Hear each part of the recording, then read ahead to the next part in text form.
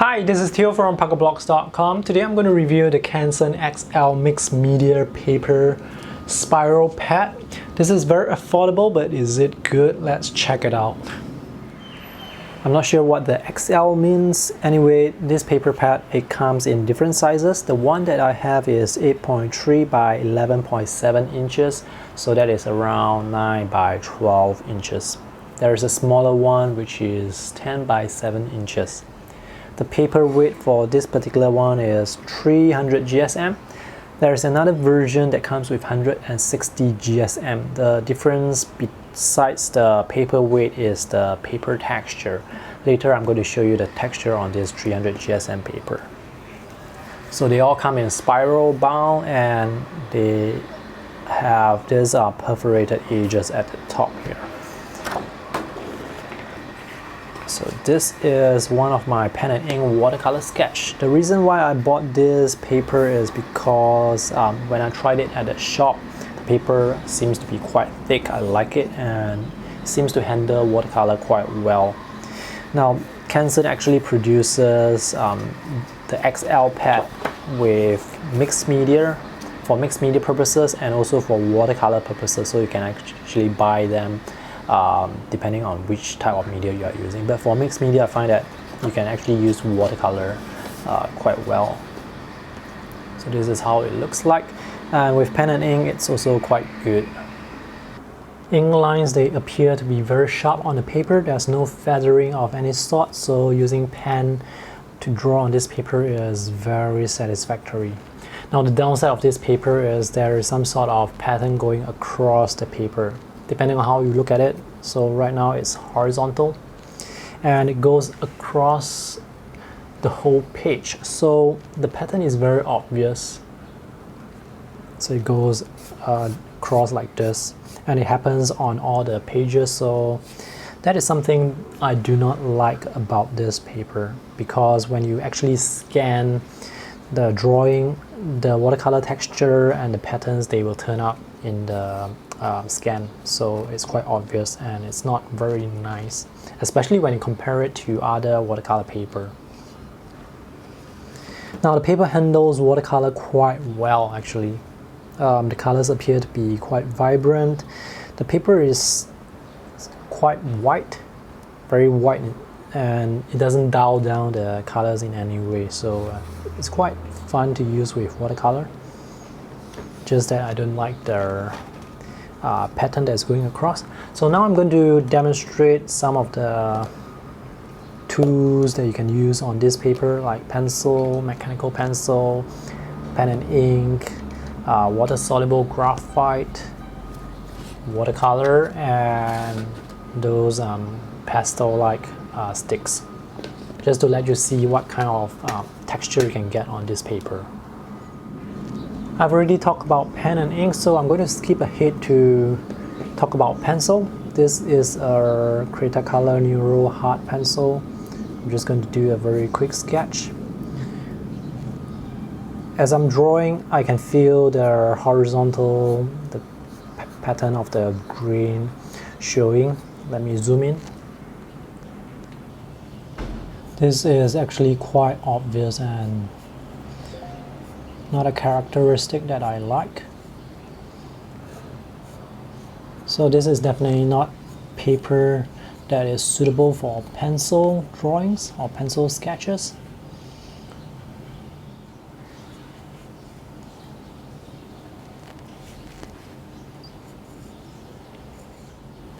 Let me switch over to using CPR pencil. The Watercolor Neuro pencil that I used just now is oil-based, so it's not that dry. This is also oil-based. So let me try a pencil that is drier. So this is CPR dark. This is drier, so let me show you the texture you can get. This is almost like charcoal. Let me switch over to mechanical pencil.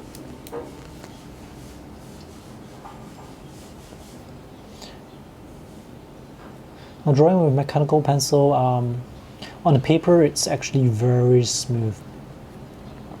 This mechanical pencil lead is very smooth on the paper. I think it works better with mechanical pencil compared to those pencils that are quite blunt. So at least with mechanical pencil you don't see the grain pattern showing up, but you do see that this paper texture, even when I don't draw on it, you can see the texture, so that's quite prominent. Let me switch over to using this, I think this is a monolith water-soluble woodless pencil. So let me just draw it here. This is almost like some sort of crayon. So I'm just going to color it like this, just shade it here. And later on I will use water to dissolve this and see how it looks like when it's dissolved. Let me switch over to the Neuro pencil again.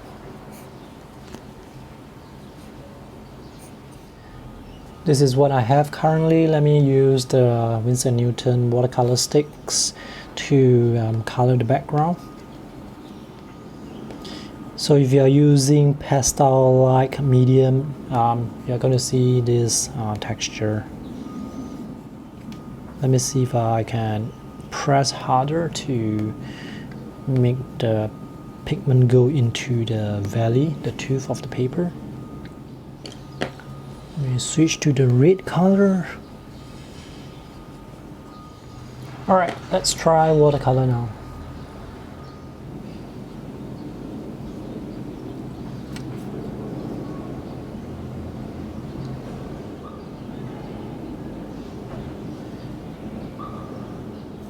The paper actually handles watercolor very well.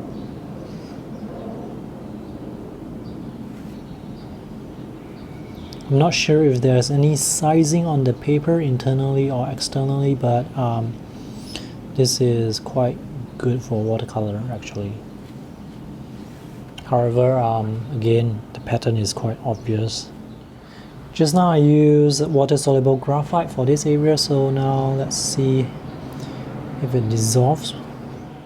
It's a bit difficult to dissolve. I think it's got to do with the pencil rather than the paper. I think it's better to actually use it like this. And let's try the watercolor sticks that are made by Winsor & Newton. I think these dissolve easily. Let me use a synthetic brush. Maybe it's easier to do that.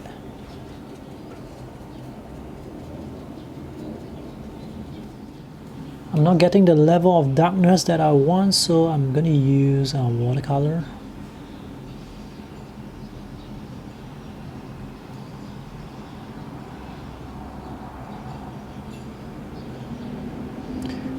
Oh, I should also show you how it performs wet on wet. Oops, it's a bit difficult to tear it off. It might be easier to actually just pull it off from the spiral. Oh, okay. I wonder what happened just now. Okay, so it's going to look something like this when you tear it off. I'm going to remove this as well. I'll remove it later on. Anyway, this is another sketch. This was drawn last year, 2015, during the Urban Sketches Symposium in Singapore. I'm going to wet the surface with a mop brush, just to make sure that it's wet enough. Okay, this is quite wet. Just to let it move down. The paint actually follows the pattern. Can you see that?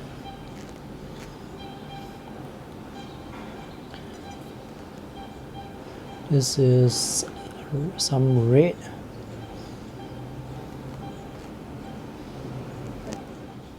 So this is how it looks like. There is some feathering that is affected by the paper grain.